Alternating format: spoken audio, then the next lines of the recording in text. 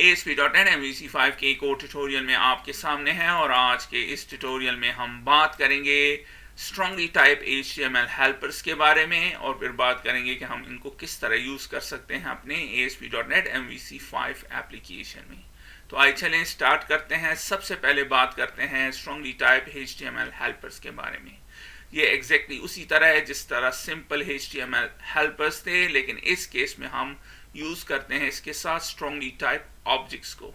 अब strongly type objects क्या है? इनको हम क्रिएट करते हैं मॉडल क्लासेस से। उसकी एग्जांपल क्या है? आपके सामने एक क्लास है मैथ्स और उसकी दो प्रॉपर्टी हैं, फर्स्ट नंबर और सेकंड नंबर।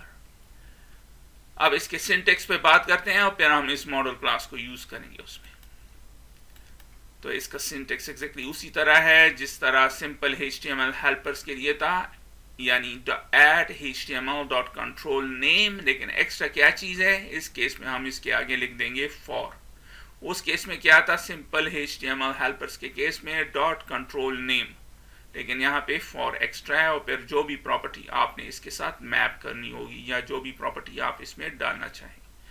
फॉर एग्जाम्पल, अगर हम एक टेक्स्ट बॉक्स यूज करना चाहते हैं तो आप देख रहे हैं @html.textbox, और चूंकि strongly type HTML helper use कर रहे हैं तो उसके आगे फॉर और फिर जो प्रॉपर्टी आपने इसके साथ मैप करनी है। तो इस केस में मैंने इसके साथ फर्स्ट नंबर को मैप कर दिया है।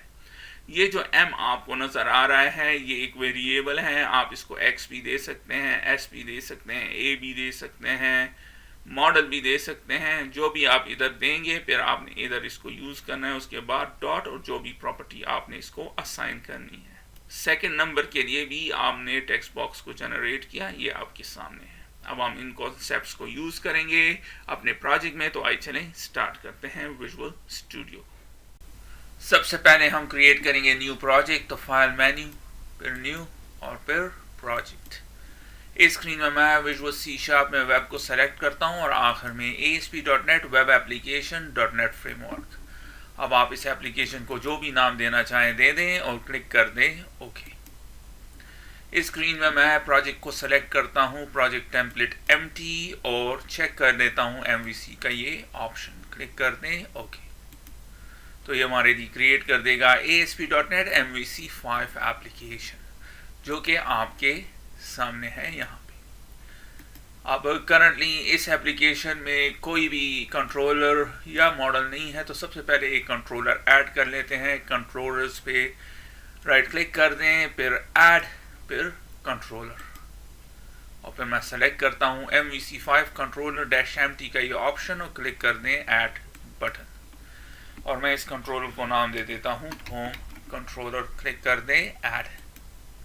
तो ये हमारे लिए ये कंट्रोलर क्रिएट कर देगा जो कि आपके सामने है, और उसमें एक डिफॉल्ट एक्शन मेथड। अब मैं इस एक्शन मेथड के लिए व्यू को जनरेट करता हूँ। राइट क्लिक कर दें, फिर ऐड व्यू, और सारी चीज़ें डिफॉल्ट रहने देता हूँ। क्लिक कर दें ऐड। तो ये हमारे लिए ये व्यू क्रिएट कर लेगा, आपके सामने है। अब रन कर देते हैं इसको इस स्टेज पे। तो आपके सामने है करेक्टली काम कर रहा है। तो अब हम क्या करेंगे? हमने स्ट्रांगली टाइप हेल्पर्स को यूज करना है, उसके लिए हमें एक मॉडल चाहिए। तो एक मॉडल क्रिएट कर लेते हैं। मॉडल्स फोल्डर पे राइट क्लिक कर दें, फिर ऐड और फिर क्लास। मॉडल को हम हमेशा क्लास से क्रिएट करते हैं। तो सेलेक्ट कर लें क्लास, और फिर मैं इसको नाम दे देता हूँ मैथ्स, और फिर ऐड। और अब मैं दो प्रॉपर्टीज यहाँ पे ऐड कर लेता हूँ, और पहली है डेसिमल और है इसका नाम फर्स्ट नंबर, और फिर एक और प्रॉपर्टी ये भी डेसिमल है और इसे मैं नाम दे देता हूँ सेकंड नंबर। अब इस मॉडल का क्या मकसद है? हम इसको दो नंबर देंगे, ये दोनों को ऐड करेगा और फिर हमें रिजल्ट शो करेगा। तो अब मैं इसको यूज करके स्ट्रांगली टाइप हेल्पर्स को यूज करते हैं और इसका एक एग्जांपल करते हैं। तो व्यू में चलते हैं। करंटली देख रहे हैं एम्प्टी है, और इस मॉडल को यूज करने के लिए आपने क्या करना है? टॉप में सबसे पहले लिख देना है @model, ये स्पेलिंग करेक्ट देना है आपने, और उसके बाद मैथ्स, ये जो हमारी ये क्लास है या मॉडल है। अब अब करंटली आपको एरर दे रहा है क्योंकि ये चाह रहा है कि फुली क्वालिफाई हो।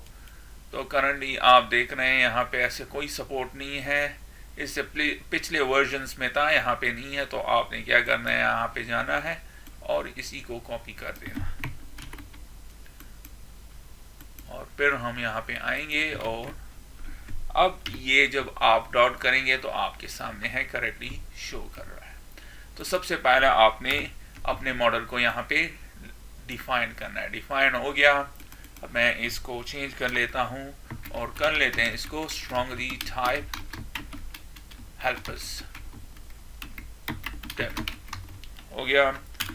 अब हम हेल्पर्स को किस तरह यूज करते हैं, इसको हमेशा फॉर्म्स में यूज करेंगे। तो एट यूजिंग और HTML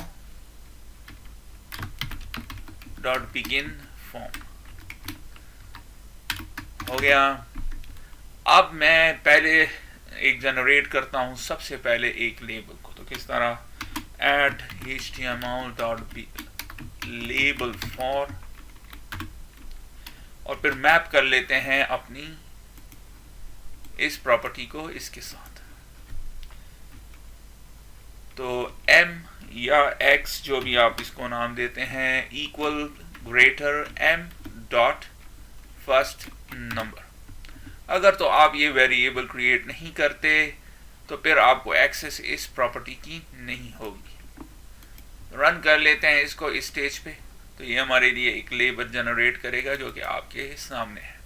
अब आप देख रहे हैं चूंकि हमने इसको के साथ मैप किया है फर्स्ट नंबर ये वाला, तो इसने इसी को यहाँ पे एज अ लेबल आपके सामने जनरेट कर दिया। अब इसको थोड़ा सा इम्प्रूव करते हैं। हम चाहते हैं फर्स्ट स्पेस नंबर और फिर फुल कॉलन होना चाहिए। तो किस तरह करेंगे, उसके लिए हम अपने इस मॉडल में चलेंगे और डेटा एनोटेशंस को यूज करेंगे और स्क्वायर ब्रैकेट फिर डिस्प्ले। अब हमें चाहिए डेटा एनोटेशंस के नेम स्पेस जो कि है using dot system dot component model dot data annotation आपके सामने आ गया।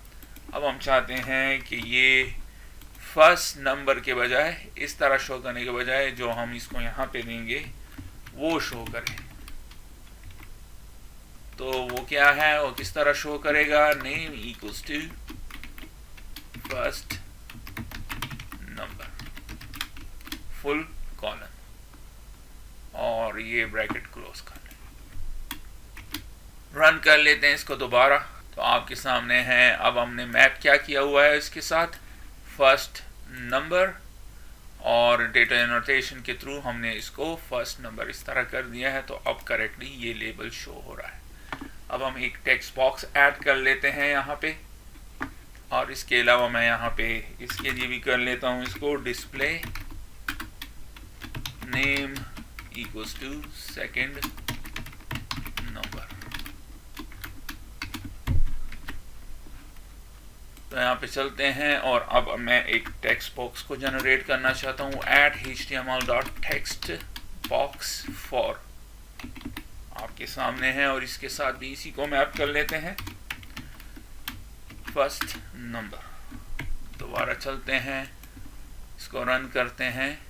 तो अब आप देख रहे हैं फर्स्ट नंबर और ये आपके सामने है। इसी तरह मैं दूसरी प्रॉपर्टी को भी मैप कर लेता हूँ, at HTML dot label for m dot second number, और फिर at dot at HTML dot text box for, और सेकेंड प्रॉपर्टी इसके साथ भी ये सेकेंड नंबर वाली प्रॉपर्टी कर लेते हैं और सेव कर लें। रिफ्रेश करेंगे तो आपके सामने। अब मैं चाहता हूँ ये यहाँ से ये वाला मूव होके यहाँ पे आ जाए इसके नीचे। तो किस तरह करेंगे, बहुत ही आसान, एक डिफ डिफाइन कर लेते हैं और फिर यूज कर लेते हैं बूटस्ट्रैप की क्लास फॉर्म ग्रुप, और इसके अंदर इसको डाल लेते हैं।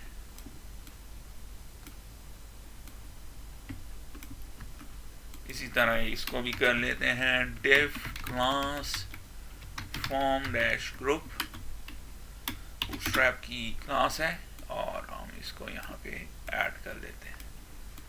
सेव कर लें और रिफ्रेश करेंगे तो आपके सामने आप थोड़ा सा और इम्प्रूव करते हैं इसको भी और टेक्स्ट बॉक्स को भी। तो सबसे पहले मैं यहाँ पे चलता हूँ।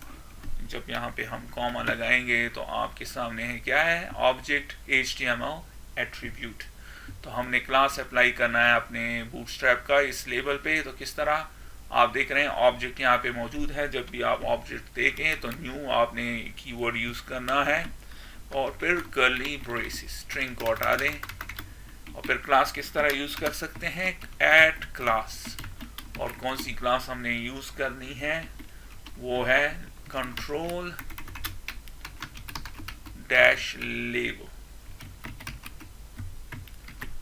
Simple as that. सेव कर लें, रिफ्रेश कर लेते हैं तो आप देख रहे हैं थोड़ा सा इम्प्रूव हो गया। अब इस पे भी अप्लाई कर लेते हैं। करंटली आप देख रहे हैं स्क्वायर है, अब इसके बाद काफ़ी खूबसूरत हो जाएगा। इधर भी हम कॉमा लगा लेते हैं और आप देख रहे हैं यहाँ पे भी यही है। तो न्यू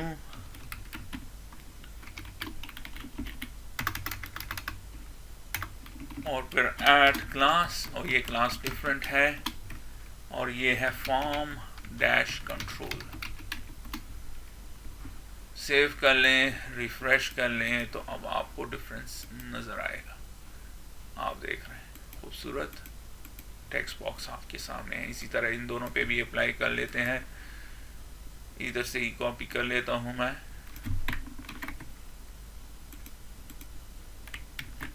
और इसको भी कॉपी कर लेते हैं।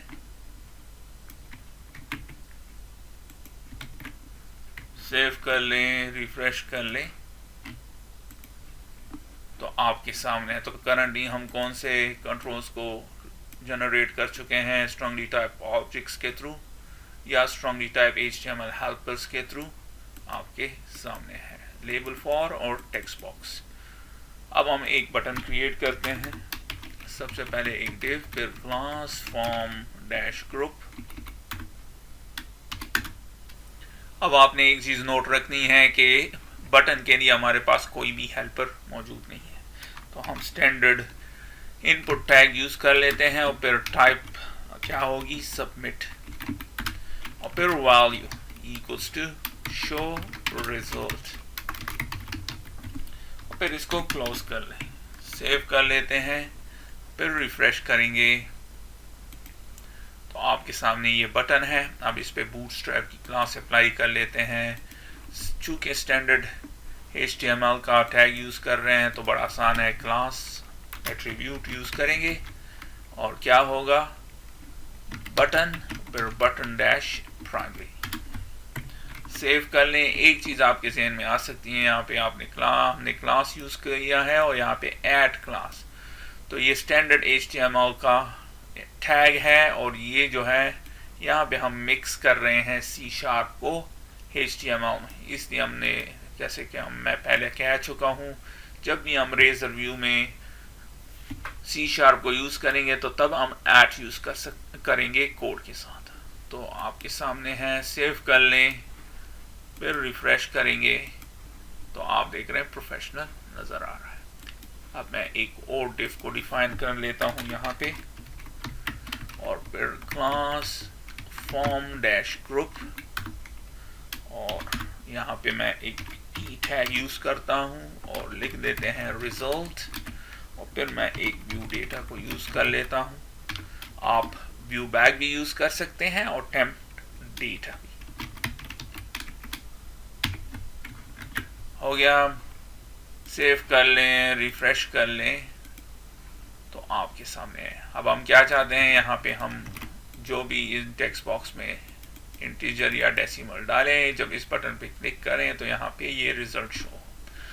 तो जब हम इस बटन पे क्लिक करेंगे तो क्या होगा, HTTP पोस्ट रिक्वेस्ट होगी और ये क्या करेगा, चूंकि हमने यहाँ पे ये मॉडल यूज किया है तो इसको ये एज अ पैरामीटर दे देगा हमारे HTTP पोस्ट को, और फिर हम सारा कैलकुलेशन करेंगे और डेटा रिजल्ट यहाँ पे शो करेंगे। किस तरह, चलते हैं कंट्रोलर पे और यहाँ पे हम HTTP पोस्ट की रिक्वेस्ट किस तरह लिखते हैं, HTTP पोस्ट लिखेंगे और यहाँ पे स्पेलिंग करेक्ट कर लें और ये जो सारा है यहाँ से कॉपी करके यहाँ पे डाल देंगे। अब तो आप कहेंगे इन दोनों में डिफरेंस फिर क्या है, इन दोनों में सिर्फ एक ही डिफरेंस है, चूंकि हमने यहाँ पे ये मॉडल डिफाइन किया हुआ है, जब ये बटन क्लिक होगा तो ये इसको यहाँ पे एज अ पैरामीटर दे देगा, ऑटोमेटिक होता है। तो आपके सामने है, अगर तो आपने ये वाला नेम स्पेस यहाँ पे ऐड करना है और फिर मैं इसका एक ऑब्जेक्ट बना लेता हूँ जैसे पैरामीटर में करते हैं। अब हमारे पास मौजूद है, अब हम इसको यूज़ करेंगे, वैल्यू इसी में होंगी, जो भी वैल्यू हमने यहाँ पे दी होंगी इस टेक्स्ट बॉक्स में और इस टेक्स्ट बॉक्स में अब हमारे पास मौजूद है। तो मैं एक वेरिएबल क्रिएट करता हूँ डेसिमल फर्स्ट नंबर और फिर इसमें डाल देता हूँ फर्स्ट नंबर की वैल्यू, जो भी वैल्यू यहाँ पे होगी यहाँ पे मैंने डाल दी ताकि हम, और फिर decimal second number equals to mass dot second number और finally decimal result equals to maths dot first number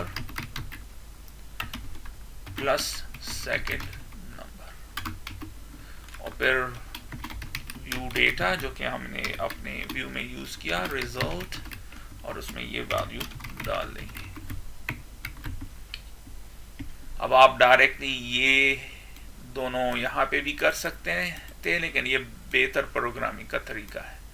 आप इन दोनों के बजाय क्या लिख सकते थे, first maths dot first number plus maths dot second number.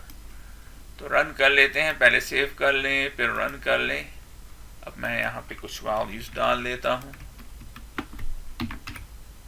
और शो रिजल्ट और आपके सामने कोई और वैल्यू डाल दें